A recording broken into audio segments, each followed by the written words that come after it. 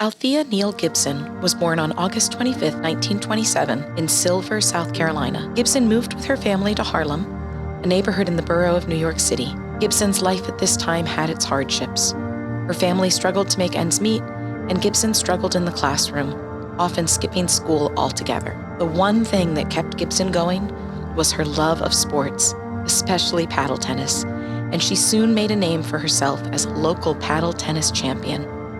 Her skills were eventually noticed by Buddy Walker, who invited her to play tennis on local courts. After winning several tournaments hosted by the local recreation department, Gibson was introduced to the Harlem River tennis courts in 1941. Incredibly, just 1 year after picking up a racket for the first time, she won a local tournament sponsored by the American Tennis Association, an African-American organization established to promote and sponsor tournaments for Black players. Gibson's success at those ATA tournaments paved the way for her to attend college on a sports scholarship at Florida A&M University. She graduated from there in 1953, but it was still a struggle for her to get by.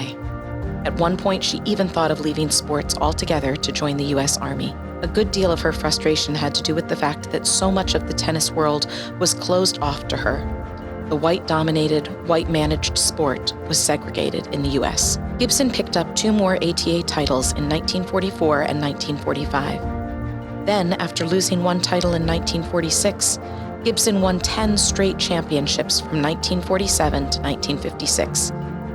Amidst this winning streak, she made history as the first African-American tennis player to compete at both the U.S. National Championships in 1950 and Wimbledon in 1951. Gibson continued to win. She was reportedly paid $100,000 for playing a series of matches before Harlem Globetrotter Games. For a short time, too, the athletically gifted Gibson turned to golf, making history again as the first Black woman ever to compete on the Pro Tour. She eventually returned to tennis, but her age and speed prevented her from competing with her younger counterparts. Following her retirement in 1971, Gibson was inducted into the International Tennis Hall of Fame. Sadly, after suffering a stroke and developing serious heart problems, Gibson died of respiratory failure in East Orange, New Jersey, on September 28, 2003. Althea Gibson was a trailblazer in women's tennis and will be remembered for her courage to continue to play the game despite all the hardships she faced on and off the court.